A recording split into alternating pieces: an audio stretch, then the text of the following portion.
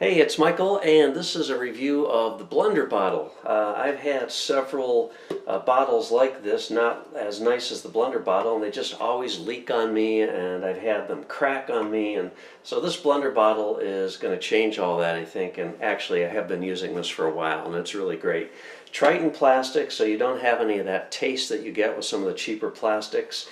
It's also dishwasher safe in the top rack. It comes with this stainless steel ball that helps break up the powders when you add it to your mix. And then the top is really great. It has a silicone seal on both the smaller screw-on top and then the main top.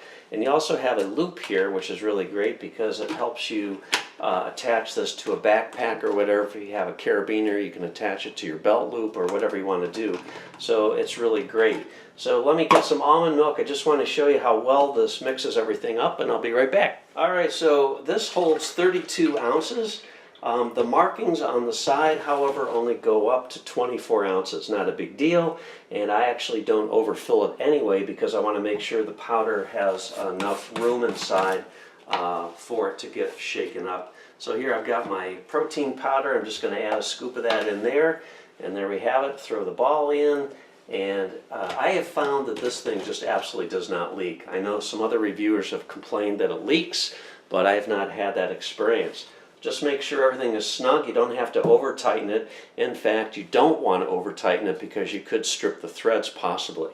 And the silicone ring does a really good job of sealing everything up. So just throw the ball in there, get your powder in there, give it a shake, a good shake. I don't time this, but I imagine I probably shake it for anywhere from 15 to 30 seconds. Might not even take that long. But if you have any doubts, you can stop shaking and just see if you have any, powder clinging to the side. If you do, just give it a little bit more of a shake. But that should do it, and we'll open this up. You'll see there's no drips or leaks out of this thing. And there is my delicious protein shake. So that's it.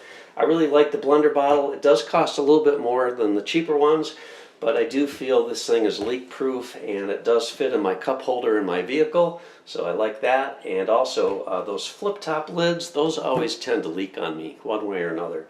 So I prefer the screw-on top. Another nice feature is this is only a quarter-turn screw, so it's really quick and easy to get to it. So that's it. Thanks for watching. Have a great day.